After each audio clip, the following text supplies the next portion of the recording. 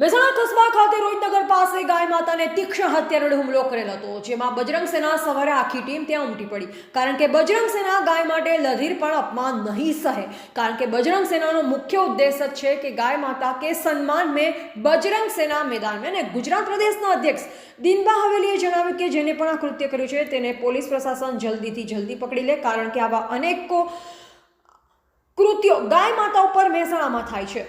તો બજરંગ સેના હવે તેના માટે એક્શન મોડમાં આવશે અને આ સેવાના કાર્યમાં ગુજરાત પ્રદેશ અધ્યક્ષ દિનબા હવેલી, રાષ્ટ્રીય યુવા અધ્યક્ષ હિતેશ મોદી, ગુજરાત પ્રદેશ મહામંત્રી ગૌરક્ષક વિકાસભાઈ ચૌધરી, મહેસાણા જિલ્લા અધ્યક્ષ લાલભાઈ ઠાકોર અને મહેસાણા શહેર યુવા મોરચા પ્રમુખ નીરવ વાઘેલા અને તેમની ટીમ સાથે ઉપસ્થિત હતા। હવે બજરંગ સેના ગુજરાતની અંદર ગાય માતા માટે લડત કરશે અને ગાય માતાને રાષ્ટ્રીય માતા કરવા માટે ખૂબ જ જહેમત કરેલ છે।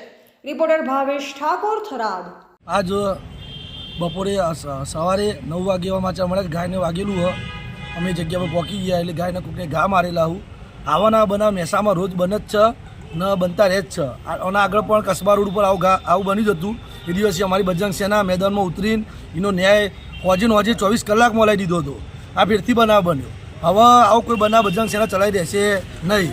હવે આવો બનાવ બનશે તો મીડિયાના માધ્યમથી હું કહેવા માગું છું કે ઉગ્ર આંદોલન થશે, બજાર બંધ કરી દેવામાં આવશે અને જે આ ઘા મારું એમને તાત્કાલિક પોલીસને રિઝલ્ટ આપવું પડશે અને તો કોઈનું બજરંગ સેના ઉફળવામાં આવશે નહીં। તમને ગાયો ના પોહાતી હોય તો ગૌચર ખાલી કરી આલો, તમને ગાયો ના પોહાતી હોય તો નગરપાલિકાવાળાને કહો કે ભાઈ તમે જો ગાયો મૂકો તો પાણીની સગવડ હોતી નહીં, તો ઘાસચારો હતો નહીં તો ગાય ચીધી કરી રહે।